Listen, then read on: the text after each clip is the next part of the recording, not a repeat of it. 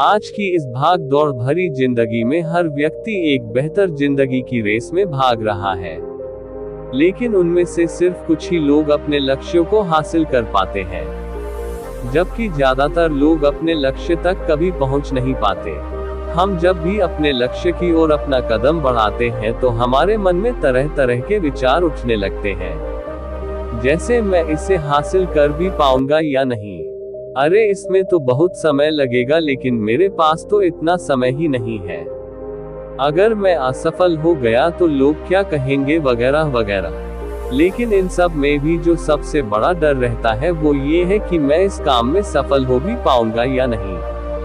तो आज के इस बौद्ध कहानी के माध्यम से हम जानेंगे कि अपने असफलता के डर को कैसे खत्म किया जाए, और साथ ही हम ये भी जानेंगे कि हमारे मन में यह सफलता का डर क्यों पैदा होता है, इसका क्या कारण है। तो आइए कहानी को शुरू करते हैं। बहुत समय पहले की बात है। एक बौद्ध सन्यासी एक जंगल के पास अपनी कुटिया बनाकर रहा करते थे। वे बौद्ध सन्यासी बहुत ही बुद्धिमान व्यक्ति थे। जो भी उनके पास अपनी समस्या लेकर आता वो बहुत ही बुद्धिमानी से उसकी समस्या का समाधान निकाल देते। एक दिन वे वहीं पास के ही एक गांव में भिक्षाटन के लिए गए। जब वो भिक्षा मांगकर वापस लौट रहे थे तो रास्ते में उन्हें एक युवा व्यक्ति ने रोक लिया और कहा, मैंने सुना है कि आप किसी भी समस्या को बड़ी बुद्धिमानी से सुझाव देते हैं। हालांकि मुझे तो जरा भी विश्वास नहीं कि आप मेरी इस जटिल समस्या को सुलझा पाएंगे, लेकिन मैंने लोगों से आपकी बुद्धिमानी के बहुत से किस्से सुन रखे हैं, इसलिए मैं आपसे एक बात जानना चाहता हूं कि हमें किसी भी काम में असफलता की घबराहट क्यों होती है, और हम अपने किसी भी लक्ष्य को असफलता की घबराहट के बिना कैसे प्राप्त कर सकते हैं। युवा व्यक्ति का ये प्रश्न सुन बौद्ध सन्यासी मुस्कुराए और बोले, मैं तुम्हारे इस प्रश्न का उत्तर जरूर दूंगा और उसके बाद से तुम्हारी सारी घबराहट भी खत्म हो जाएगी, लेकिन उससे पहले तुम्हें मेरे साथ मेरी कुटिया तक चलना होगा। वह युवा लड़का उस सन्यासी की बुद्धिमत्ता को परखना चाहता था, इसलिए वह कुटिया तक जाने के लिए तैयार हो गया। इसके बाद वह बौद्ध सन्यासी उस लड़के को अपने जंगल के पास बनी कुटिया में ले आए, लेकिन तब तक शाम हो चुकी थी, इसलिए वो भोजन करके सो गए। अगले दिन जब वो उठे तो बौद्ध सन्यासी ने उस लड़के से कहा, चलो आज मैं तुम्हें जंगल की सैर करा के लाता हूँ, और वो दोनों जंगल की तरफ निकल पड़े। कुछ देर बाद बौद्ध सन्यासी ने उस लड़के को एक गुफा दिखाई और कहा, चलो मैं तुम्हें उस गुफा की सैर कराता हूँ।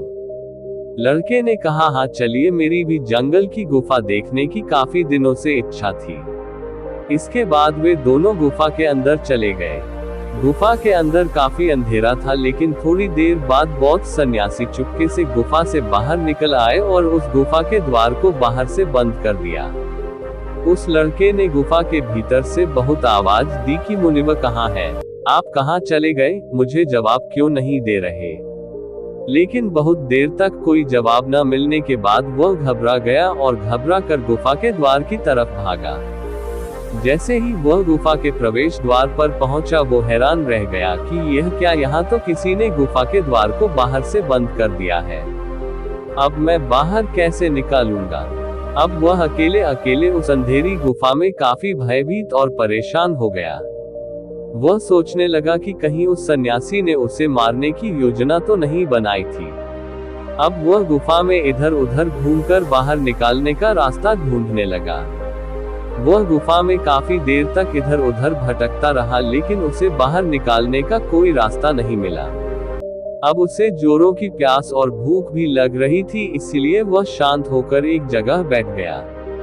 तभी उसे एक सुरंग से सूर्य की रोशनी आती हुई दिखाई दी, पर उस रोशनी आने वाली सुरंग तक पहुंचना बहुत ही कठिन था, क्योंकि चारों तरफ बस अंधेरा ही अंधेरा था और वह सुरंग भी काफी ऊंचाई पर थी। पर फिर भी वह तुरंत उठा और अपनी सारी भूख प्यास को भूलकर अपना सारा ध्यान उस गुफा से बाहर निकालने पर लगा दिया। काफी मेहनत और प्रयास करने के बाद वह उस सूर्य की रोशनी आने वाली सुरंग तक पहुंच गया और कुछ दूर तक उस सुरंग में ही ऊपर चढ़ता गया। तभी अचानक उसे वह सन्यासी हाथ आगे बढ़ाता हुआ दिखाई दिया। वह लड़का झट से उस सन्यासी का हाथ पकड़कर बाहर आ गया और बाहर निकालते ही उस सन्यासी को गुस्से से चिल्लाकर कहा, मुनिवर, आप पागल हो गए हैं, आप मुझे इस अंधेरी गुफा में अकेले छोड़कर आ गए।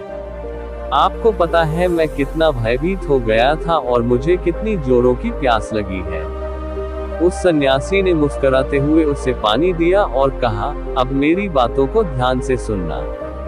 तुम इस गुफा के बाहर सिर्फ 2 कारणों की वजह से निकाल पाए जिसने तुम्हें इस गुफा से बाहर निकालने के लिए मजबूर किया। पहला कारण क्योंकि तुम्हें जोरों की प्यास और भूख लगी थी, और दूसरा कारण तुम्हें वहां घुटन महसूस हो रही थी क्योंकि तुम्हें मित्रों और परिवार वालों के साथ रहने की आदत पड़ चुकी है। अब मैं तुम्हें 2 मुख्य कारण बताता हूँ जिसकी वजह से तुम इस गुफा से बाहर निकाल पाए। पहला कारण क्योंकि तुम्हारे साथ वहां ये कहने के लिए लोग नहीं थे कि इतने अंधेरे में इतनी ऊंचाई पर तुम उस रंग तक कैसे पहुंच पाओगे, ये तो असंभव है। और दूसरा कारण वहां ये कहने के लिए भी लोग नहीं थे कि चलो कोई दूसरा रास्ता देखते हैं, इससे भी आसान रास्ता मिल जाएगा और हम बहुत आसानी से इस गुफे से बाहर निकल जाएंगे। सफलता प्राप्त करने का नियम भी कुछ ऐसा ही है। ये तो मैंने तुम्हें सफलता कैसे प्राप्त करे इसकी एक छोटी सी दुनिया बनाकर दिखाई है, पर वास्तविक दुनिया इससे कहीं अधिक जटिल होती है। वहाँ हमें सलाह देने के लिए बहुत से फालतू लोग मिल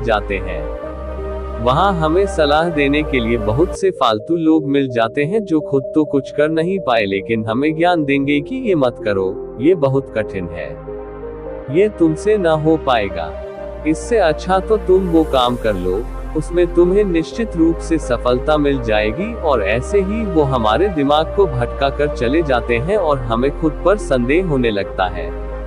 सफलता न मिलने का एक बड़ा कारण ये भी है कि सफलता प्राप्त करने की प्रक्रिया बहुत लंबी होती है, और यहाँ जब हमारा मन घंटों में बदल जाता है तो फिर लक्ष्य प्राप्ति के महीनों और सालों के प्रयास में हमारा मन को नहीं बदलेगा, हमारा मन बदल ही जाता है और हम उस रास्ते को छोड़कर अलग अलग रास्ते अपनाने लगते हैं। गौतम बुद्ध अक्सर अपने शिष्यों से कहा करते थे कि परेशानियां हमें तभी दिखती है जब हमारा ध्यान हमारे लक्ष्य पर नहीं होता, और ये बात 100% सही है।